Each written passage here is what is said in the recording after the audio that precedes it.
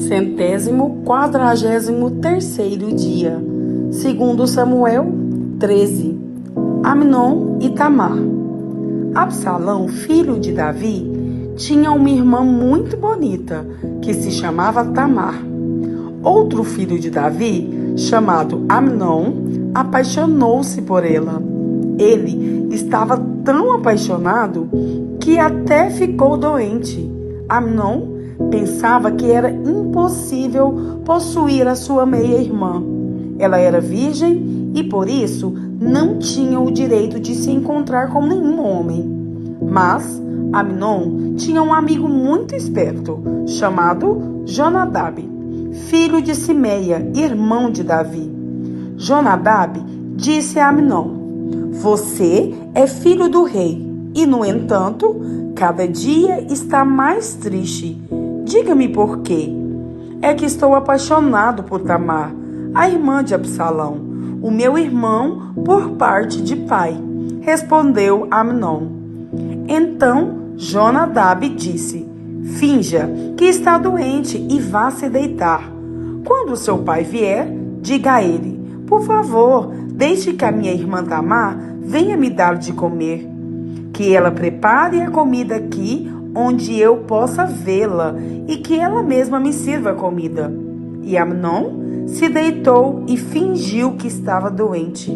O rei Davi foi visitá-lo e Amnon disse: "Por favor, deixe que Tamar venha e prepare alguns bolos aqui onde eu possa vê-la e que ela mesma os sirva para mim." Então Davi mandou dizer a Tamar no palácio: "Vá à casa de Amnon e prepare alguma comida para ele." Ela foi e o encontrou de cama. Aí pegou um pouco de massa, preparou-a e fez alguns bolos ali onde ele podia vê-la. Então assou os bolos e os tirou da forma para Amnon comer. Mas ele não quis e disse: "Mande todo mundo sair." Todos saíram. E Amnon disse a Tamar: "Traga os bolos aqui para minha cama e sirva-os para mim." Então ela levou os bolos para ele. Quando os ofereceu a Amnon, ele a agarrou e disse: "Deite-se comigo, minha irmã." Porém, ela respondeu: "Não, meu irmão, não me obrigue a fazer isso. Não se faz uma coisa dessas em Israel. Não faça essa loucura. Como eu poderia aparecer depois disso diante dos outros? E você ficaria completamente desmoralizada em Israel. Por favor, fale com o rei, e eu estou certa de que ele me dará a você."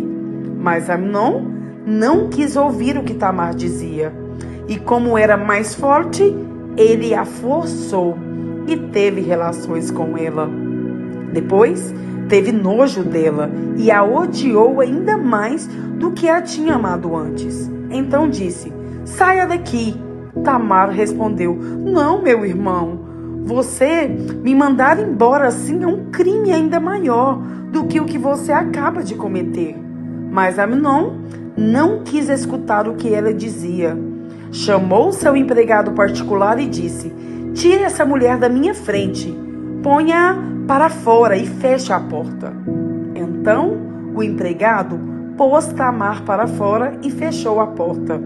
Ela estava usando um vestido longo de mangas compridas, a roupa que as princesas solteiras usavam naquele tempo. Aí ela pôs cinza na cabeça, rasgou o vestido e saiu gritando, cobrindo o rosto com as mãos. O seu irmão Absalão perguntou: "Amnon fez algum mal a você?" "Não conte isso a ninguém, minha irmã. Afinal de contas, ele é seu meio-irmão. Não leve isso muito a sério." Assim, Tamar ficou vivendo triste e sozinha na casa de Absalão.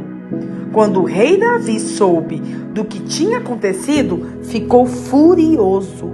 Absalão não disse nenhuma palavra a Amnon, mas ficou com ódio dele, porque havia forçado a sua irmã Tamar. 2 anos depois, Absalão estava cortando a lã das suas ovelhas em Baal-Azor, perto da cidade de Efraim, e convidou todos os filhos do rei para irem até lá. Ele foi falar com o rei Davi e disse: Meu rei, eu estou cortando a lã das minhas ovelhas. Gostaria que o senhor e os seus funcionários também fossem até lá. Davi respondeu: Não, meu filho, se todos nós fôssemos, daríamos muito trabalho a você. Absalão insistiu, mas o rei não quis ir e lhe disse que podia ir embora. Mas Absalão disse: Está bem, então deixe que pelo menos o meu irmão Amnon vá. Por que motivo ele iria com você? Perguntou o rei. Mas Absalão continuou a insistir. Até por fim, Davi deixou que Amnon e todos os seus outros filhos fossem.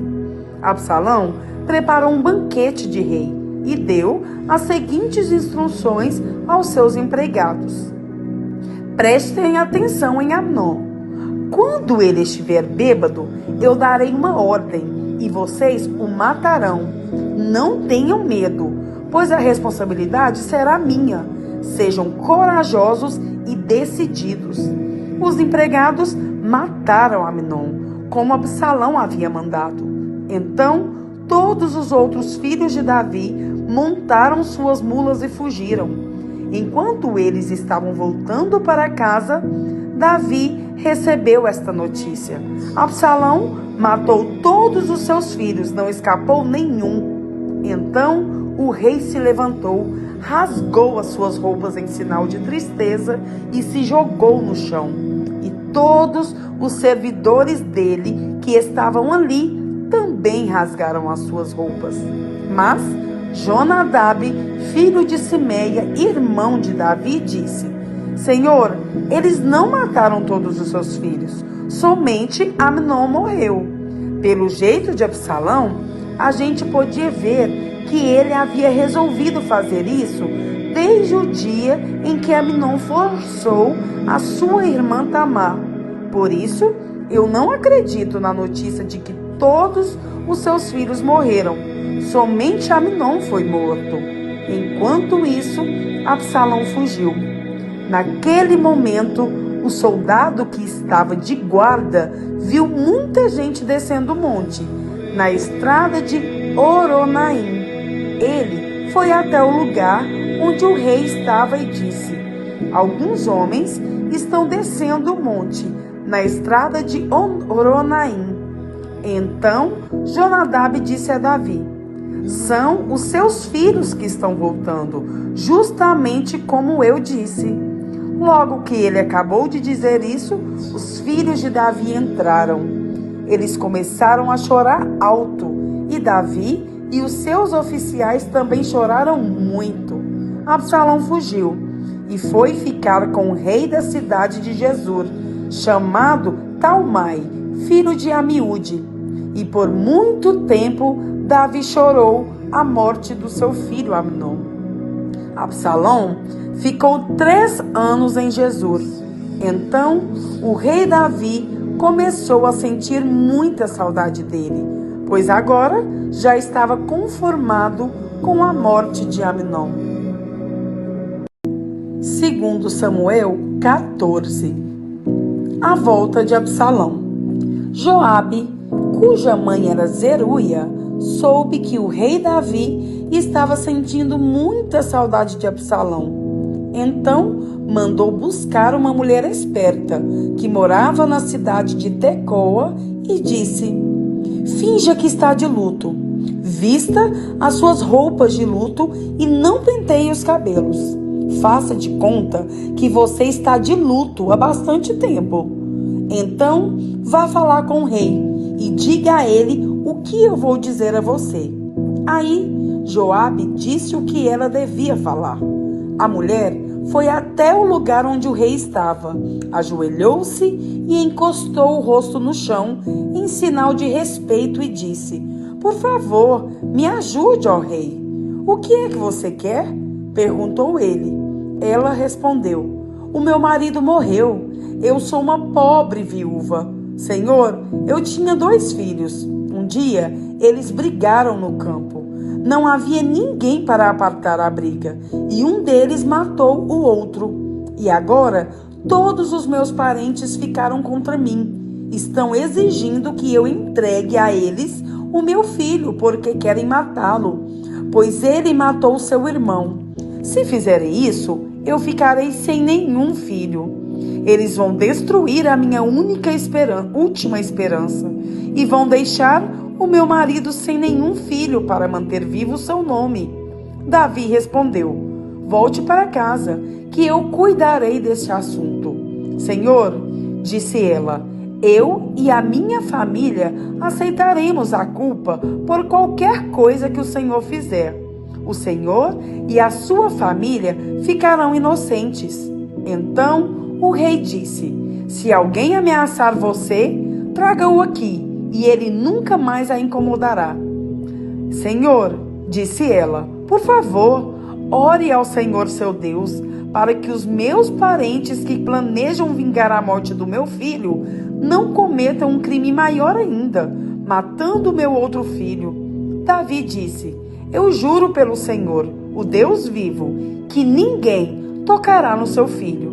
Senhor, disse a mulher, deixe-me dizer somente mais uma coisa. Está bem, respondeu ele. Por que o Senhor fez uma coisa tão errada com o povo de Deus? Perguntou ela. Ó rei, o Senhor não deixou que o seu filho voltasse do estrangeiro. Assim, com o que acabou de dizer, condenou a si mesmo. Todos nós morreremos. Somos como a água derramada no chão, que não pode ser juntada de novo. Mesmo Deus não traz os mortos de volta à vida, mas o rei pode dar um jeito de trazer um homem de volta do estrangeiro. Ó rei, eu vim falar com o Senhor agora, porque o povo me ameaçou. Aí eu pensei, vou falar com o rei, pois tenho a esperança de que ele atenda o meu pedido. Pensei que o Senhor me atenderia e me salvaria daquele que está tentando matar o meu filho e a mim e que quer nos tirar da terra que Deus deu ao seu povo.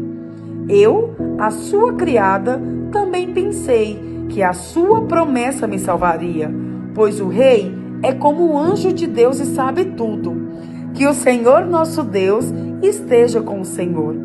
Eu vou lhe fazer uma pergunta, respondeu o rei, e você vai me dizer toda a verdade.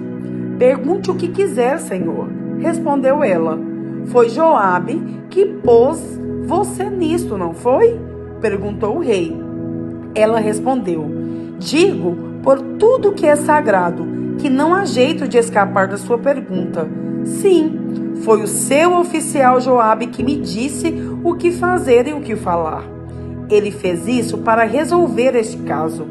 O Senhor é sábio como o anjo de Deus e sabe tudo o que acontece. Mais tarde, o rei disse a Joabe: eu resolvi fazer o que você quer. Vá e traga de volta o jovem Absalão. Então, Joabe se jogou no chão em frente de Davi em sinal de respeito e disse: Deus o abençoe, ó rei. Agora, eu sei que o Senhor está satisfeito comigo, pois atendeu o pedido que eu, o seu criado, fiz. Então, Joabe levantou-se, foi à cidade de Jesur e trouxe Absalão de volta para Jerusalém. No entanto, o rei deu ordem para Absalão não morar no palácio. Eu não quero vê-lo, disse ele. Aí, Absalão foi morar na sua própria casa e não apareceu mais diante do rei. Absalão faz as pazes com Davi. Em Israel, não havia ninguém tão famoso por sua beleza como Absalão. Ele era perfeito da cabeça aos pés.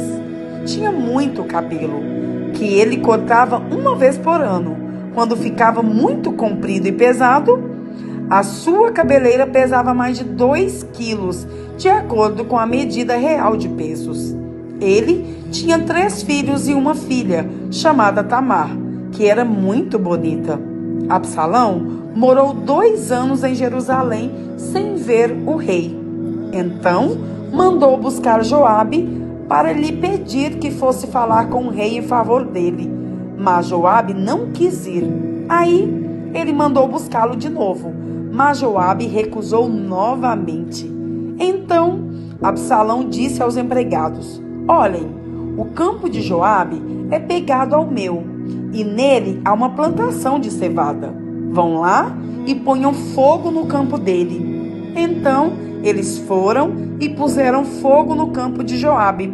Aí Joabe foi à casa de Absalão e perguntou: Por que os seus empregados puseram fogo no meu campo? Absalão respondeu: Eu mandei chamar você. Quero que você vá dizer ao rei Davi o seguinte: Afinal de contas, por que foi que eu voltei de Jesur? Seria melhor você ter ficado lá. E Absalão continuou: Eu quero falar com o rei. Se sou culpado, que ele mande me matar. Então Joabe foi conversar com o rei. Aí o rei mandou buscar Absalão.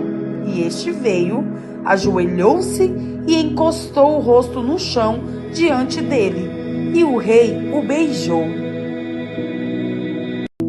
Salmos 92. Hino de gratidão a Deus. Ó Senhor Deus, como é bom dar-te graças, como é bom cantar hinos em tua honra, ó Altíssimo. Como é bom anunciar de manhã o teu amor e de noite a tua fidelidade, com a música de uma harpa de 10 cordas e ao som de lira. Ó Senhor Deus, os teus feitos poderosos me tornam feliz.